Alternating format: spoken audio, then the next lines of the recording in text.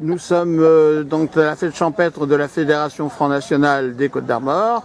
Donc nous nous rencontrons, c'est la première fois que nous nous voyons. Oui. Nous militons chacun de notre côté. Vous, c'est de quel côté? Du côté de Plestin et Grève. D'accord. Et alors, donc, à la cours de la conversation, on apprend que votre petite fille, qui est au collège, dans le Loir-et-Cher, Voilà.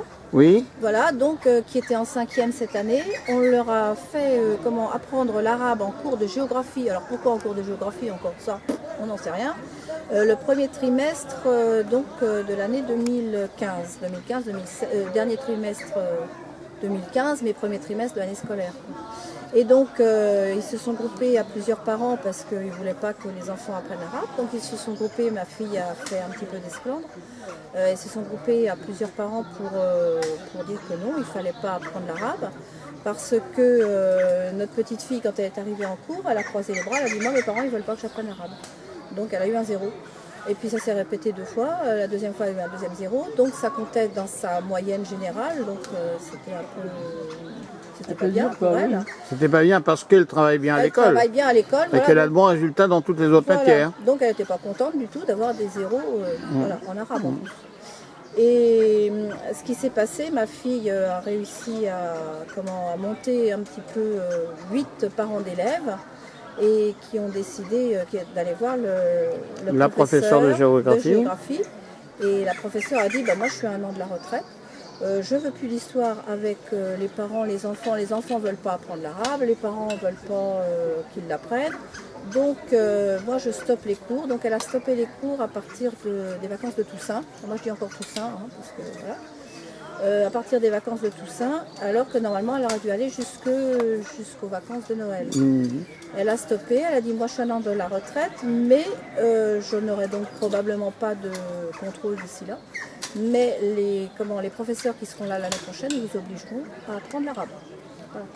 Alors donc c'est un peu, j'en ai parlé tout à l'heure justement à Nicolas Bay, et qui me disait il faut que les parents puissent se grouper pour écrire à l'inspection d'académie et puis que ça ne soit pas une obligation, voilà, que ce soit pas, voilà, on est en France aussi.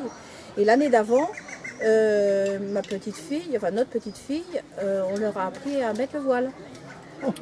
Et en premier cours d'arabe, elle a appris en arabe, alors je ne saurais pas vous le redire parce que c'est une langue que je ne connais pas. Et voilà. Je m'appelle Ilis et j'habite en Arabie. Quand elle est rentrée dire ça à ses parents, ils étaient très contents. Je vous assure qu'ils étaient vraiment heureux.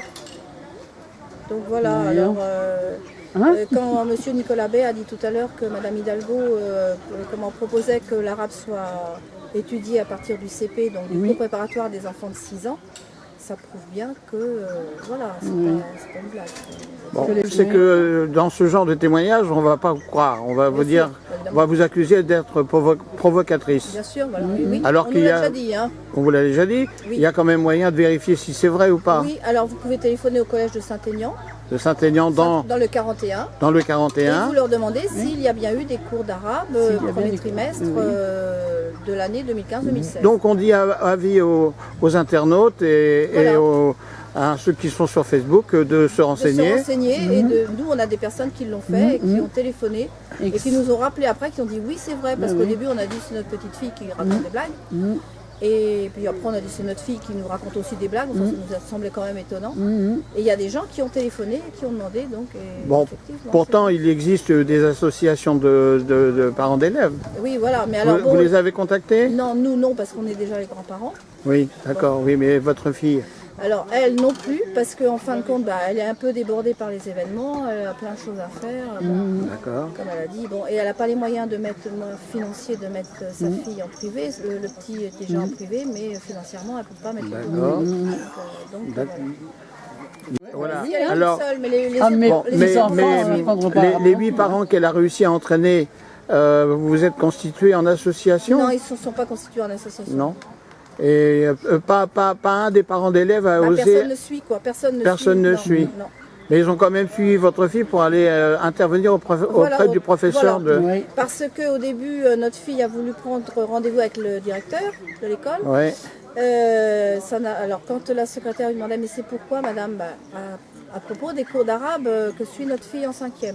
Alors, ah non, il n'est pas disponible. Bon, et ça a été comme ça à chaque fois. Donc après, une réunion parents-professeurs, comme il y a tous les ans. Et ils en ont profité à 8 parce qu'à la fin de l'école, à la sortie de l'école, du collège, elle a dit, bon, je vais en prendre plusieurs et je vais essayer de leur demander, mais bon, vous voulez pas qu'on se groupe un petit peu, quoi. Et quand il y a eu la réunion parents-professeurs, c'est là qu'elle a dit, voilà ce qu'il en est. Nous, il est hors de question que nos enfants apprennent l'arabe. Voilà. Mais sinon, ça a été remonté jusqu'à l'académie Non, non, malheureusement non, parce que notre fille n'a pas eu le temps, ni n'a pas, voilà, et elle s'est retrouvée toute seule, les autres parents ont lâché. Je pense qu'au niveau de l'académie, qu'on soit un 1 ou qu'on soit 10, c'est ce que je pense aussi, mais bon, elle a pas osé. Ça porte et ils sont très réactifs, normalement. Normalement. Alors, nous, on a voulu le faire, mais bon, c'est vrai qu'en tant que grands-parents, c'est délicat aussi de passer outre. Voilà, on peut pas. Ils vont vous dire, ça ne vous regarde pas. Ça ne vous regarde pas, voilà. C'est pas vous les parents. Voilà, exactement. Ouais.